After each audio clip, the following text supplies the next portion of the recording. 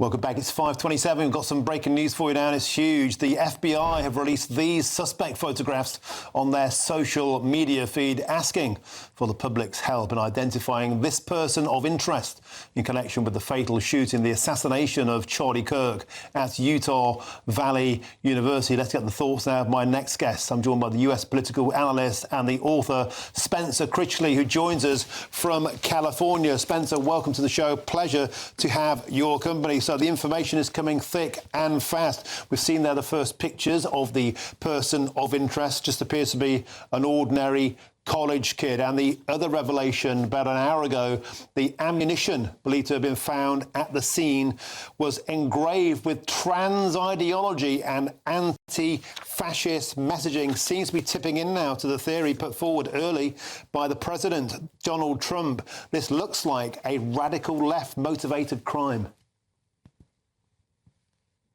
Certainly, if that's where the evidence leads, that's what it might be. And of course, we have to be careful about speculating too much.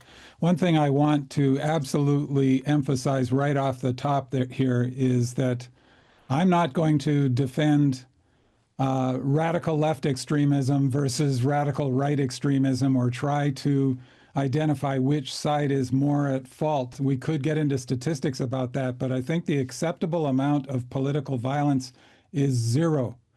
And if we don't condemn it, no matter where it comes from, we're not actually condemning it at all. Spencer, you raised an excellent point, and one we can all agree with. That hasn't been happening in America. We've seen Democrats, Congress people refusing to pray for Charlie Kirk. We've seen left-wing MEPs in Brussels refusing to join in with a minute's silence. We've seen media pundits on the left spectrum in America engaging in whataboutery around this. There does seem to be a peculiar lack of sympathy for the assassination of Charlie Kirk in certain quarters. Well, unfortunately, with respect, here we go. I could easily cite the longstanding encouragement of political violence on the American right led by our current president. But the amount of political violence that's acceptable is zero, and anybody on the left who encourages it is as at fault as anybody on the right. We can find plenty of examples. If we are talking about the reaction from the left, I will emphasize that President Bill Clinton, former President Barack Obama, former President George Bush, every leading Democrat has roundly condemned this violence with sincerity that I don't think can be doubted. Every credible leader on the liberal left has condemned it, as do credible leaders on the right. And in fact, I think one area that's extremely important where we all get misled, whether we're on the conservative right or the liberal left, is that the people who favor violence, who favor the demonization of others, don't represent conservatism. They don't represent liberalism of the left. They represent authoritarianism, whether it's on the right or the left. And I think that all of us, whether we're conservatives or what are commonly known as liberals, meaning people on the left, need to unite against authoritarianism, whether it's on the right or the left. And I think people on the right and the left are often confused about that crucial distinction.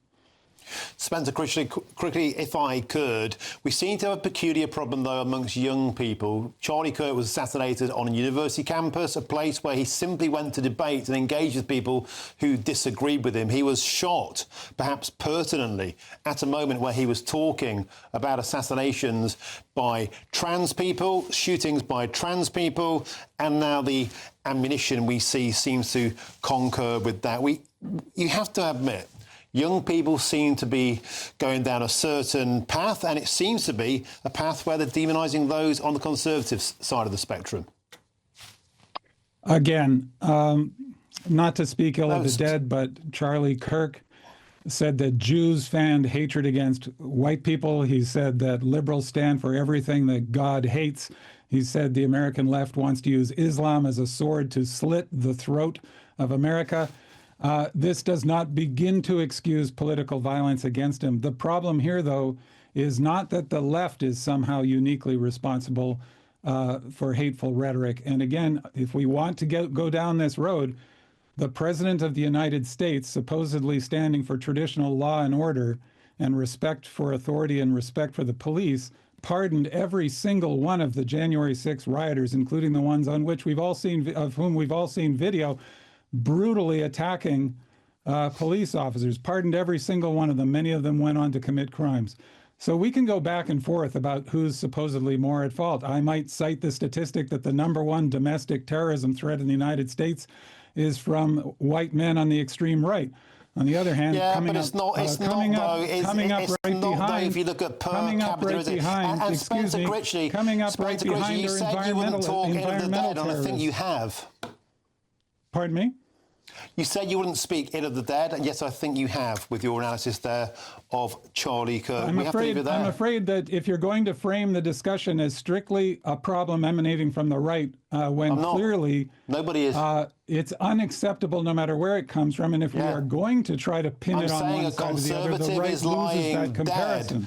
And 2 children have lost their father, specifically about the trend of this type of violence. That's what we're there to talk about. But of course, it happens elsewhere. I'm quoting Charlie Kirk. Yeah. I'm not characterizing him, I'm quoting him. Now, I disagree with every single thing he said, but I think what he was doing that day, yesterday, when he was killed, was admirable. Mm-hmm. And I think that going to campuses and engaging people in debate is exactly what we want to see people doing in a democracy, including people we disagree with fundamentally. But if you're going to frame it as strictly a problem on the left, I'm sorry, I have to disagree. I'm not framing it strictly as that. I'm talking about a young man is dead, his children don't have a father. We're specifically talking about that. But look, we have to go. Spencer Critchley, thank you for your time.